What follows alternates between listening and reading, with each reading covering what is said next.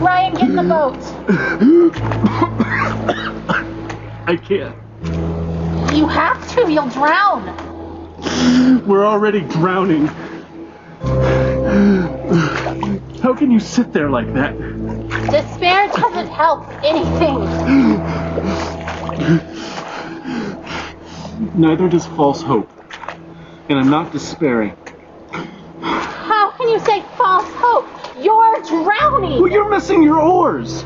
And you don't even know where you're going. And yet you're so sure you're gonna get there. It's better than drowning. Well, enjoy floating on the surface like you once did. There's nothing deep about drowning. Just get in the boat. You have to let me feel this! Someone has to. That's not fair. I love him as much as you do. I just really believe we're going to be okay.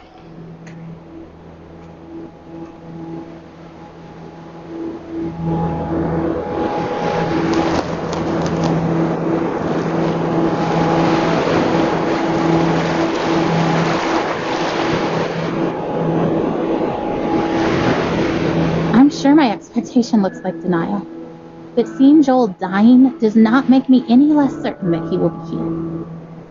In some ways, I feel more certain, not because the same doubts don't come to me, but because I know that they will not be entertained much longer, because this chapter is almost finished, and we will have an ending one way or the other.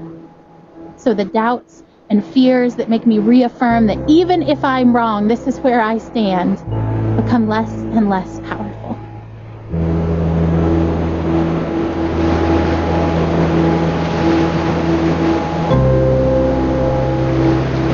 People's conciliatory words of comfort meant to reassure us and help us accept Joel's death don't sit well with me. They aren't offensive because I know the heart behind them is good, but they are weak words because it's so obvious to me that death is the given. I don't have to work to be ready for it or accept it. It is coming whether I would accept it or not. It has been coming slowly for so long. I don't have to work to understand that Joel is dying. It is obvious. Heaven is amazing. And so I'm not worried about death.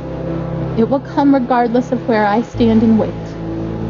But now, death is circling close enough for redemption to finally feel closer.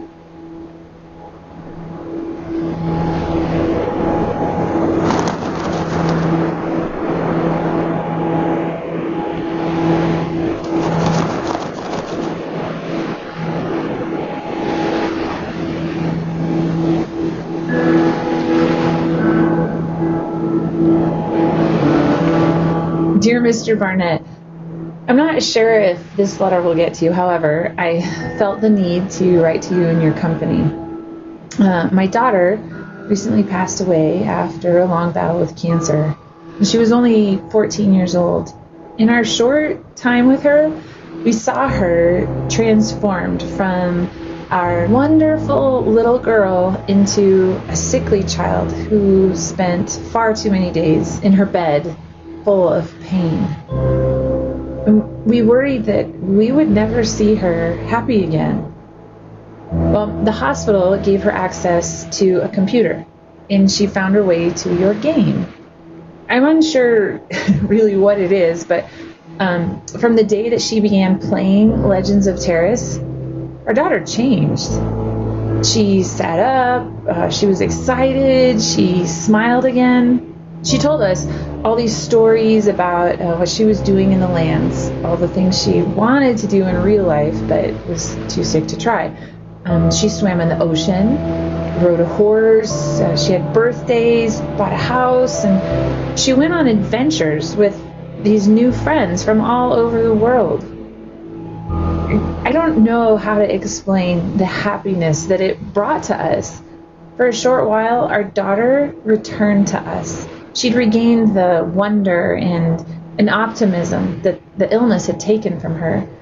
She talked about the strange lands that you had made, the creatures, magical things, and adventures she went on. She lost her battle for life, but you helped bring our daughter back for a short time. And for that, we're eternally thankful. Sincerely, Julie.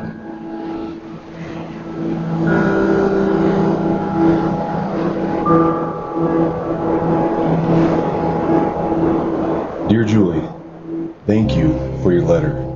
I am honored to have played any small part in bringing your daughter joy. She will be missed within the game. I knew your daughter as Hinara of the Knights Guild.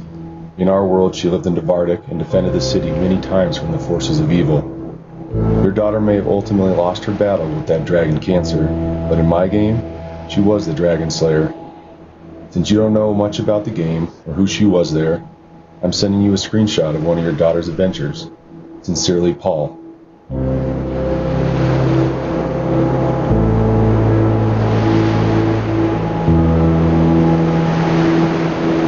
I'm reminded that having faith does not mean denying what is happening to Joel. Faith means knowing exactly what is happening and also knowing that God has a truth that trumps every other fact.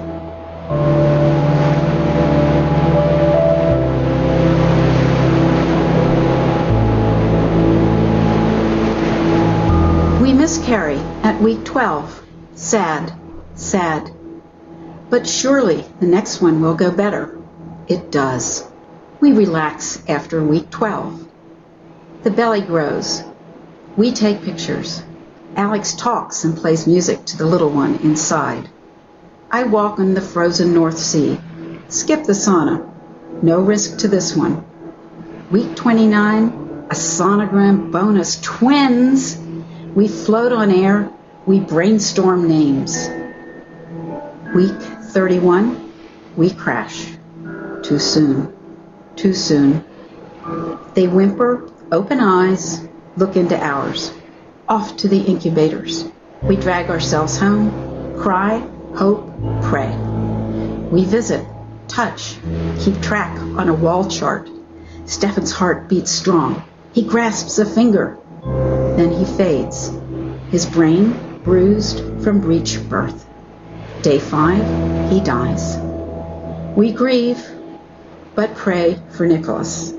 He gains weight. His heart is strong. Then he too fades. His intestinal tract necrotic, falling apart. Day 10, Nicholas dies. We want to die too. We despair into darkness, but hold together. Not easy when a child dies. The what-ifs torment for a while. What if I hadn't swum? If I hadn't lifted groceries? If we'd had a different doctor? But we go on to have 3 wonderful living children. Still, we miss these 2 always.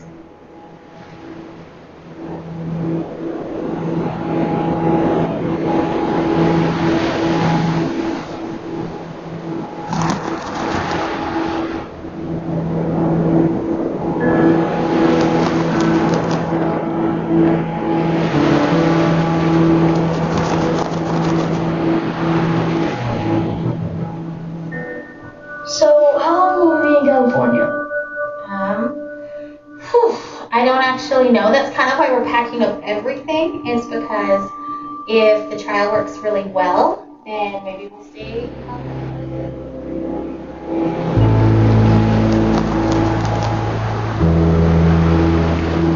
Lay down. As you ready for bed? Joel, lay down. Okay. Should we do a song? Sure. Okay, big boys, why don't you come in here and we'll sing a little.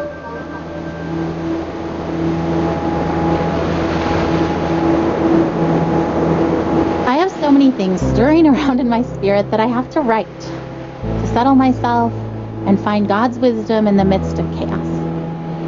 I'm scared I won't be strong enough to face the things we might have to face in the coming weeks and months. But then I remember how much grace God gave us to walk out everything we've already faced.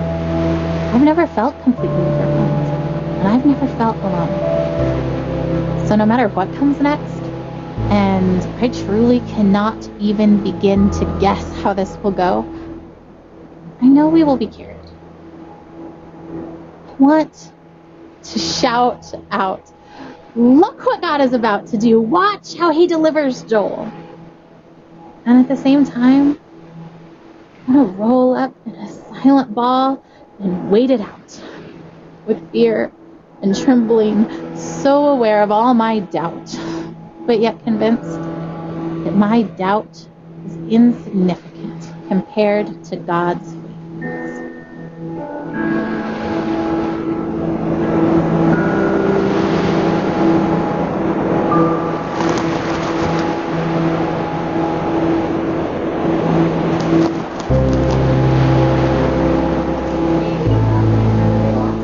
As long as it keeps helping Joel, then we want to stay and do the best we can for him and stay there where he's getting help. But if the medicine...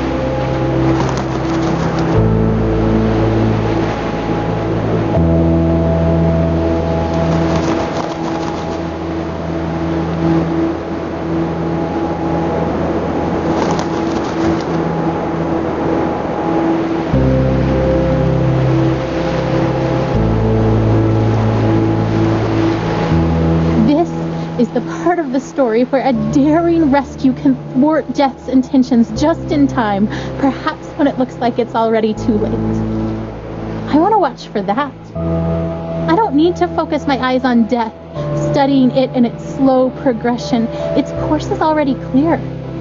But there is a glory that is coming, and its journey to us is wild and quick and frightening, and I want to be watching for that glory.